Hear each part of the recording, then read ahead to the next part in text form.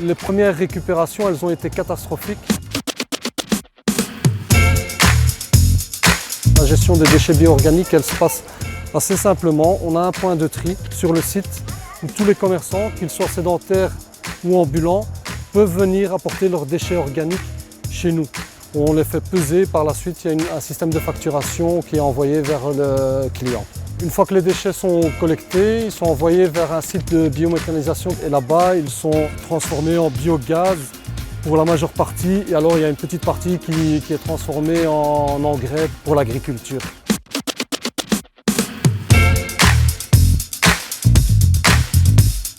Au départ du projet, la première idée c'était de prendre à la charge d'un abattoir la totalité des frais. On s'est rendu compte que certains ramenaient des déchets de l'extérieur. On a commencé à être le point de dépôt de tous les marchés bruxellois.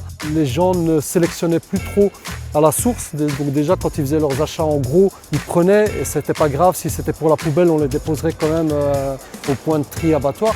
Donc on s'est dit voilà, là il y a quelque chose à continuer mais à améliorer. Réduire les déchets c'est bien, mais il faut quand même sensibiliser d'une certaine manière au niveau financier et faire comprendre l'importance de ces déchets aux commerçants. Donc on a demandé une participation au kilo à chaque commerçant qui déposait ses déchets chez nous. Le résultat du tri des déchets a été de réduire nos déchets tout venant de 2000 tonnes en 2008 à 350 tonnes aujourd'hui. Nous avons une ASBL qui collecte des fruits et légumes à la fin du marché et qui permet à un nombre important de personnes de venir les chercher gratuitement à la fin du marché. Donc ça permet de réduire les invendus qui sinon se retrouvent dans les déchets organiques. On aura évidemment toujours quelques biodéchets qui seront produits, mais ce serait intéressant de pouvoir faire des valorisations plus locales avec du compost pour une certaine partie,